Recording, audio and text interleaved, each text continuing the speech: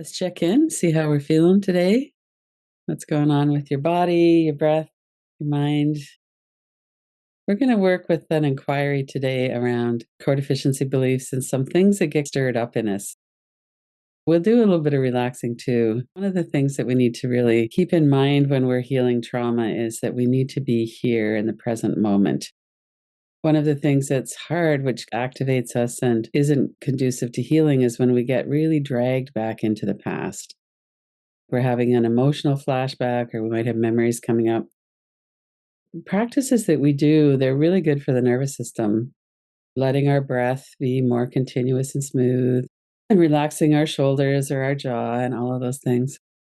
One of the underlying ways that this helps to improve the resilience and strength of our nervous system is that it helps us to stay here where we actually are not back in whatever it was that was going on.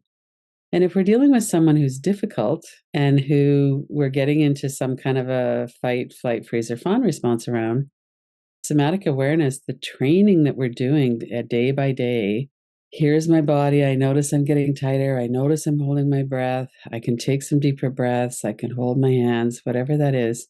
I can look around the room.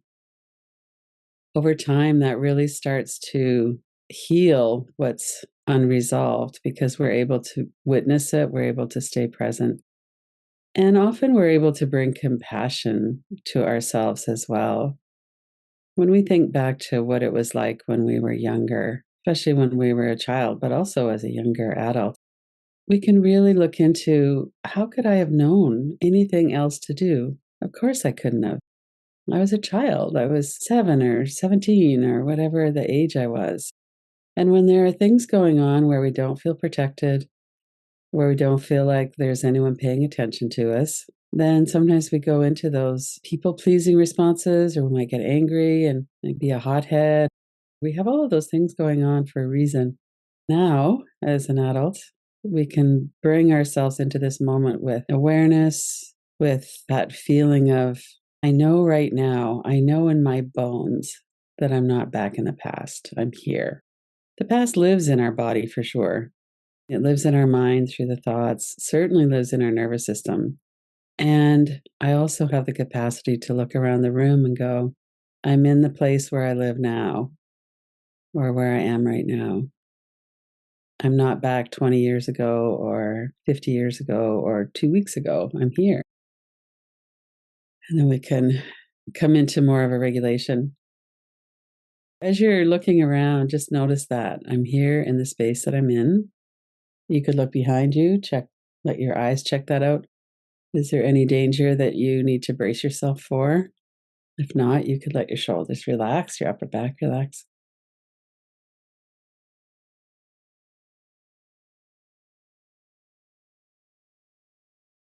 And bring your mind in now from other times and other places. Let yourself really settle in here. Your breath becomes smoother, more continuous, more ease in your breath. And check if your body is the most comfortable it could be. You might change your position, you might get a blanket, you might move or stretch a little bit.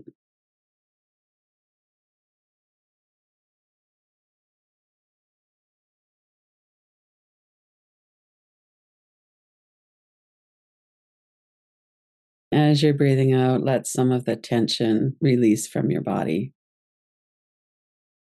We could do a deep inhale, bring our shoulders up a little. A long exhale.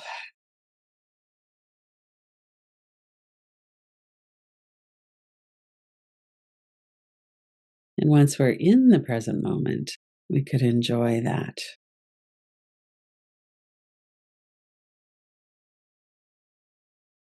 And not everything in the present moment is enjoyable, of course. We might be feeling sick or in pain, emotional or physical. There's all kinds of things in the present moment that might be challenging. And yet here we are. We're here to do a practice. We could appreciate ourselves for that.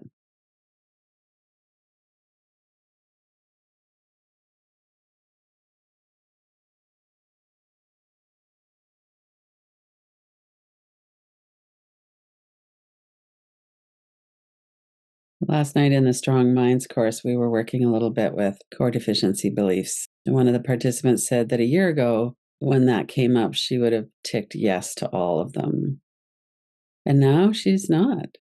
Just this work that we do of being friends with our mind, of connecting with ourselves, it makes a huge difference. And it makes a difference over time. If you were to bring up just something that reminds you of a belief that you once had, and that maybe you still do, these beliefs I find tend to let go over time. Look at the experiences that we've had of feeling unloved, for instance. And then we have this feeling now of, well, I'm really getting closer to myself. I'm able to love myself now in a way that I couldn't before. And I'm noticing that now that I'm not so much in freeze, that I'm able to take it in when a friend tells me that they enjoy being with me or someone gives me a compliment. Instead of immediately going to a rebuttal in my mind, well, if they really knew me, they wouldn't think I was so nice. Our inner critic can be so horrible. Instead of that, though, maybe we've got a little bit more openness to just take that in. These are beliefs that formed because of our experiences. If we experienced being hurt by people, we're probably going to have a belief that people are not trustworthy and that we need to protect ourselves. And even though in our conscious mind, we might know that that's not true, the negativity bias in the brain and in the nervous system, it's always, well, some people have. Don't fool yourself. If we've experienced being shamed for not learning quickly, for instance, we might have that as a lingering belief of, well, I'm not very smart. See what happens as you're sifting through these different, I'm not worthy, I'm really damaged, these different deficiency beliefs that we have. And just to notice, where did that come from? Like, do you remember feeling that way when you were really young, like before school age, before puberty, as a younger adult? Where did that belief start to really form? As we're looking back, we're witnessing what's coming up. So we're not going back into the memory. We're noticing, oh, okay, that I just had a little flash of having to get up and read in grade 3 and stumbling over the words, or but make sure that you're staying here. In this moment, we're not actually back in that situation. And if you were to bring in these two phrases, I have experienced, so I have experienced feeling awkward in front of the class, for instance. And I believe, what was the belief that was formed from that experience? And this is across the board. We all do this. We're all trying to make sense of our life so that we can keep ourselves safer. Notice what impact that has on your body.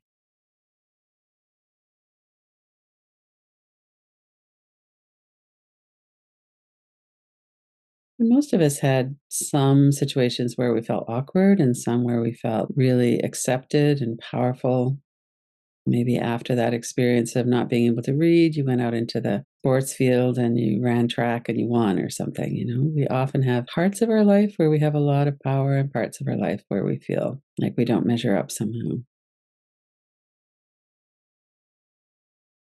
If you had an amazing race on the field, did you form the belief that I'm powerful and incredible? Not often how it works. We usually have a lot more energy in the negative beliefs than in the positive ones.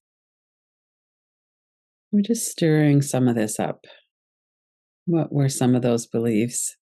And does it make sense as an adult now that you look back on it? At the time, this is the way I explained it to myself. Nobody was paying attention. Nobody seemed to care about me. And I grew to believe that it was because there's something wrong with me. But now that you can see through adult eyes, we can look back and see, well, there was a lot of trauma stuff going on in my household. There was addiction, or there was a disconnection for some reason. My parents were really checked out. Maybe it wasn't because I wasn't lovable. Maybe it was because they didn't have the capacity.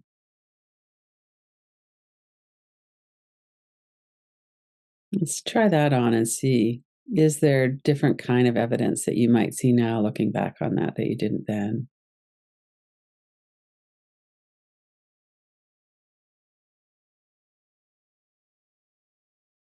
Continue to notice your breath, notice what it feels like in your body.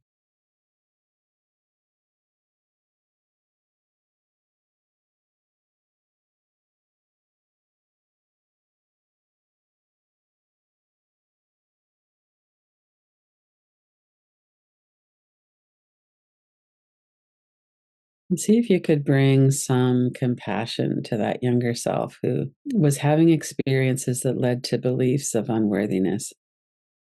The thing about core deficiency beliefs is that they're not true. We're not to blame for what happened when we were a child. It doesn't necessarily mean our parents were to blame either. There might have been a lot of intergenerational trauma or systemic oppression. There's all kinds of factors here. But what's really true is that as a child, I was not to blame. And it wasn't anything deficient in me. I was experiencing some tough conditions. Could I bring that to my heart?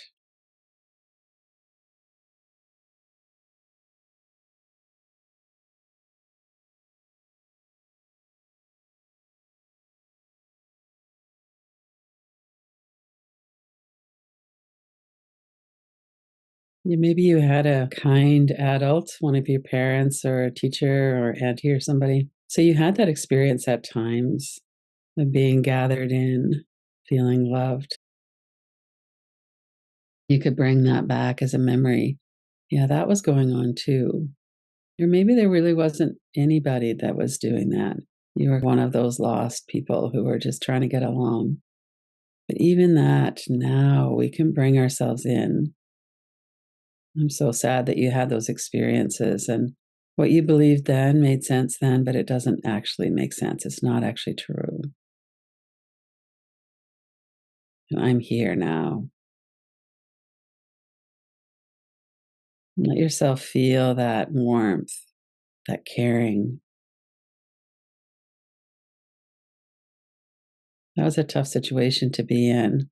I'm sorry you felt so alone. It was never your fault. Even if you didn't behave perfectly, it was never your fault. Let yourself feel that. Let yourself believe that.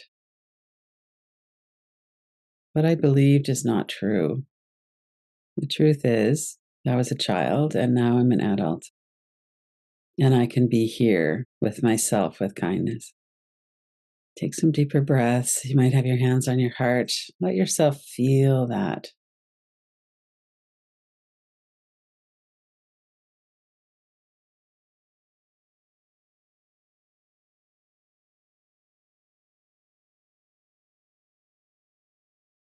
So many times we explain it to ourselves through, well, if I wasn't such a hothead, if I wasn't always checked out, or if I wasn't this, or if I was smarter, or whatever it is, that it wouldn't have happened, that I would have been loved and protected and I wouldn't have been hurt.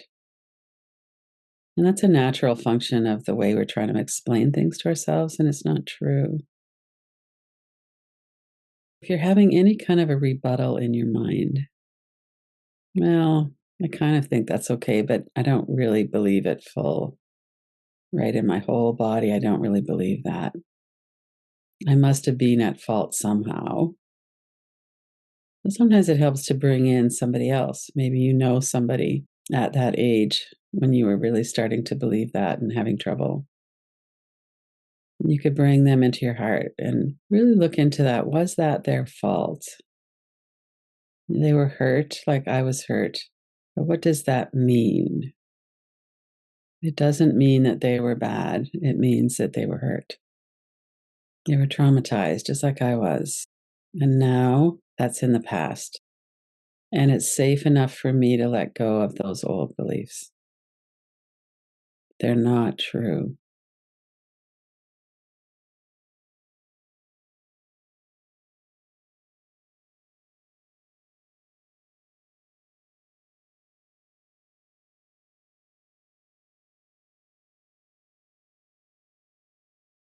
And there might be all kinds of feelings coming up, or you might be feeling numb or notice that you're disconnecting a bit. You might be angry. That was not fair what happened.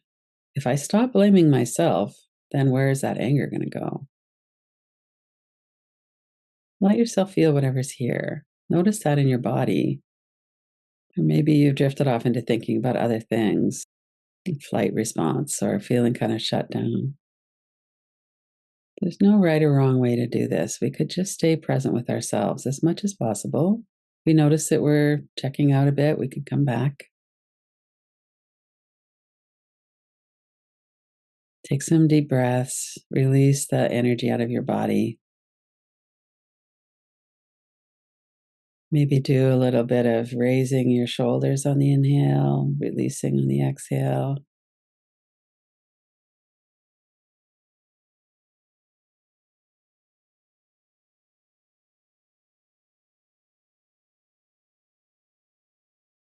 You can look around.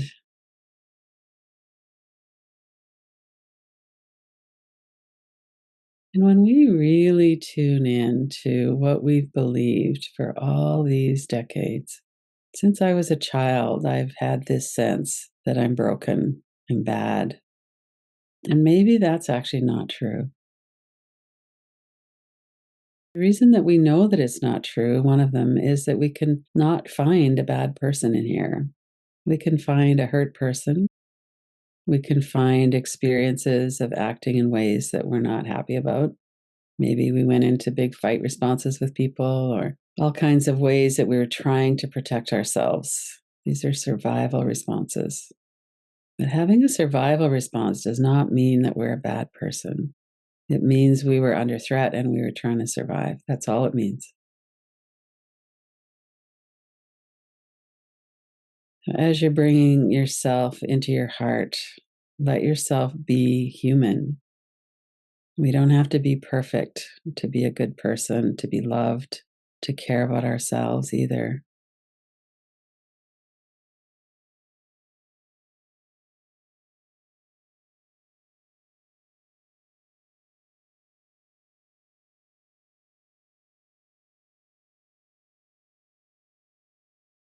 As we're integrating that, maybe there's something that comes forward like, I'm going to really notice my self talk for a while. And what's underneath that inner critic? Is it a feeling that there's something wrong with me? If there is, I could work with that. Could challenge those thoughts. I could put them up on the wall on the other side of the room. Oh, there I'm having a thought about whatever it is. I don't have to believe what I believed when I was 5 years old. I have more resources now. And I have the opportunity to be compassionate with myself. All of those years of believing there was something wrong with me. And in fact, that's not true. What a relief. It's not true. Notice your body through the whole of your back of your head and neck, your upper back, the area behind your heart center. Let those muscles soften.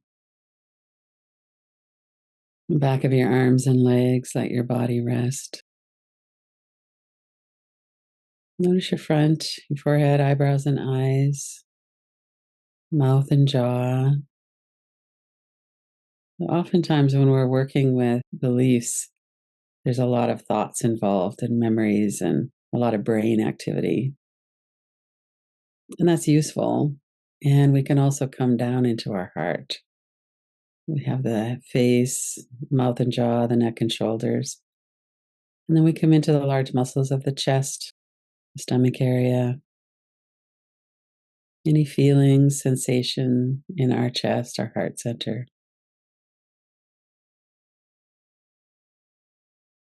Notice the whole of your body, head to toes.